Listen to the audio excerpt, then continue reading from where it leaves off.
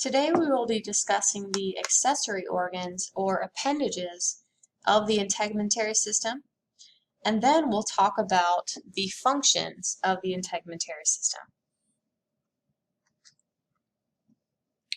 The human body is covered with millions of hairs, and actually only a few areas of the skin are hairless.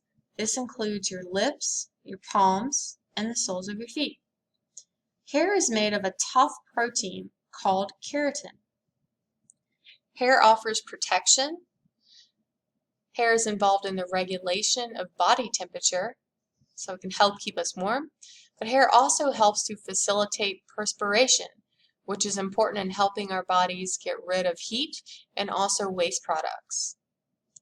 The hair consists of different parts.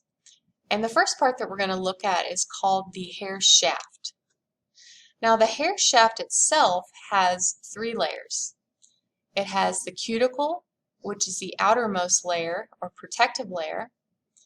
It has the cortex, and the cortex is the middle layer. It's what you see with split ends. And you have the innermost layer, which is called the medulla. The root is another part of hair, and this is the part of hair that is located in the dermis.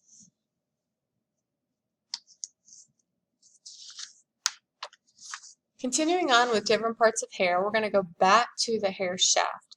So that hair shaft is the part of the hair that you see. The hair shaft is a tube-like structure, and this part is composed of dead cells. Now, not all of the hair shaft is dead, just what you see. Next, we have the hair follicle. The hair follicle is a tiny sac that holds the hair, and the hair follicle is located at the base of the hair bulb. The hair follicle has cells that are living because it's at the hair follicle where hair starts to grow. The next part of hair we have is called the papilla, and the papilla is going to be the white tuft of skin on the end of hair. And then we have an accessory organ to the hair, which is called the erector pili muscle, or the goosebumps muscle. Now generally, the erector pili muscle contracts when we are frightened or cold. When the muscle contracts, this creates a depressed point on the skin, or depressed points on the skin, which are called goosebumps.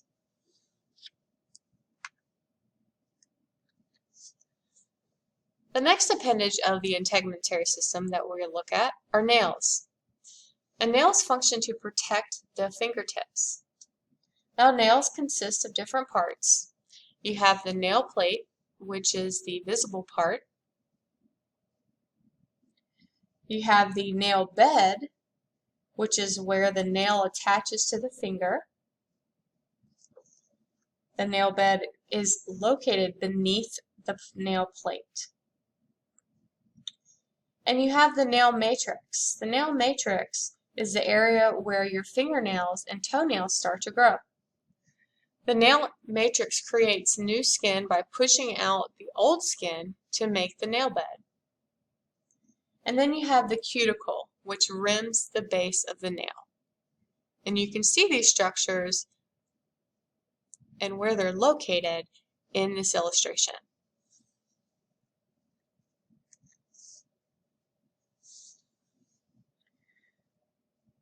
The next accessory organ or appendage that we'll look at of the integumentary system are called sudoriferous or sweat glands. Sudoriferous glands have an excretory function, and that function is to perspire, which is our sweating process. Sudoriferous glands are distributed over the entire surface of the skin, and they can be activated by heat, pain, fever, and nervousness. So think about if you had to give a speech in front of the class. You may have felt nervous, and you may have felt that you started to sweat more, and that's the action of the sudoriferous glands. Now, when you think about sweat or perspiration, 99% of it is actually water, and only a small quantity of it is salt and waste products. And those waste products can include things like ammonia and uric acid.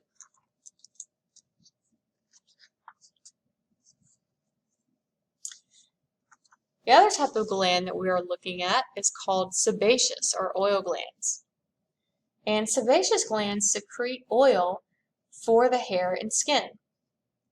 And you can think of this oil, which is called sebum, as being nature's skin cream because it prevents drying and cracking. Sebum lubricates the skin, keeping it soft and pliable. And with aging, sebum secretion decreases, and this leads to increased wrinkling and cracking of the skin.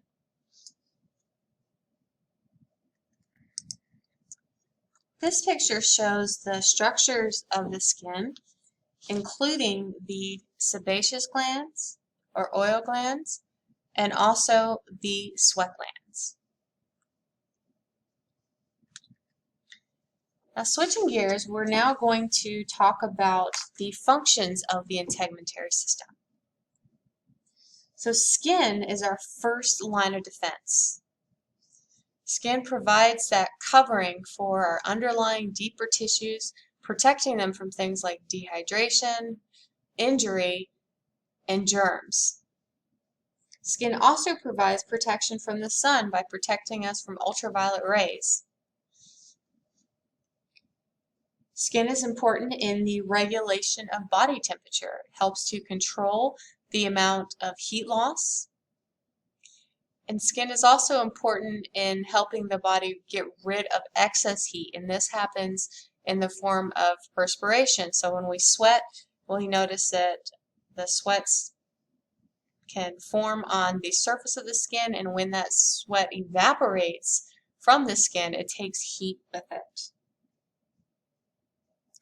And also, another way that skin helps your body get rid of heat is you're going to have increased blood flow to the vessels that are close to the skin.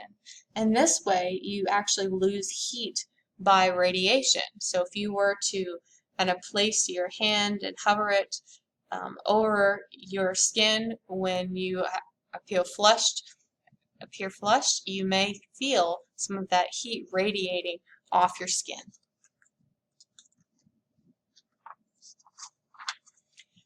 Skin has an important role in the production of vitamin D. So vitamin D is important because it helps to keep our bones strong by increasing calcium absorption in the intestines. And skin helps to manufacture vitamin D. So when sunlight hits your skin uses that ultraviolet rays to make vitamin D from the cholesterol that you have in your skin. Skin also functions in sensory perception. So you can view skin as being this enormous sense organ. It has many, many nerve endings. And these nerve endings are like antennas or receivers from the body.